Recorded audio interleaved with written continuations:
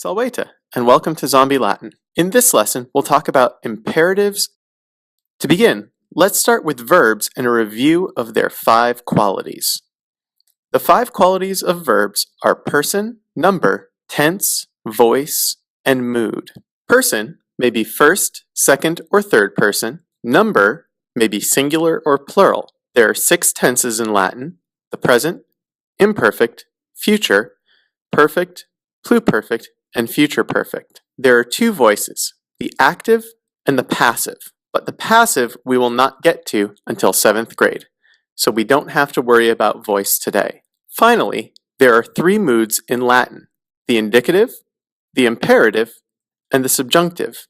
Don't worry too much about what these mean, but suffice to say that the indicative is what you can think of as normal verbs, what we've been doing for the past 12 chapters. All of those forms are the indicative. In this video, we will talk about the imperative, what that is, and how to form it. And the subjunctive we will not go over today because that does not appear in our book until chapter 42, quite a long ways off. So let's talk about this new mood, keeping in mind that mood has nothing to do with angry or sad, but is rather to talk about indicative, imperative, or subjunctive. The imperative mood is used for commands, such as in English, stand, sit, jump. They are fairly simple in form, and in English, we don't have the subject spoken with them. So instead of you stand, which is a statement, a command would simply be stand. Commands in both English and in Latin are limited in their person and their tense. For instance, their person is always second person. You always address a command to the person you're talking to with an unspoken you subject.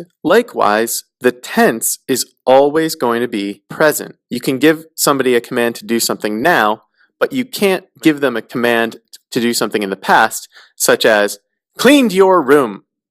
It just doesn't work. So imperatives are always present. Between these 2 limitations, that means that we're only going to have 2 imperative forms for now. They're both going to be in the present, and so let's make one present chart for imperatives. We'll write down first person, second person, and third person down the left side, just like in a normal conjugation chart. However, we'll cross out first person and third person because imperatives are limited to second person. So it just has a singular and a plural, a and ate. Once again, English and Latin leave their command subjects unspoken. So an example in English would be stand in the field. If we specify that it's a singular command to one person, then we can translate this as sta in agro, st being the stem of stow, and then a being the command form. Another example would be sail to Italy. We will assume for this example that we are talking to a group. Try to pause the video and see if you can translate it on your own.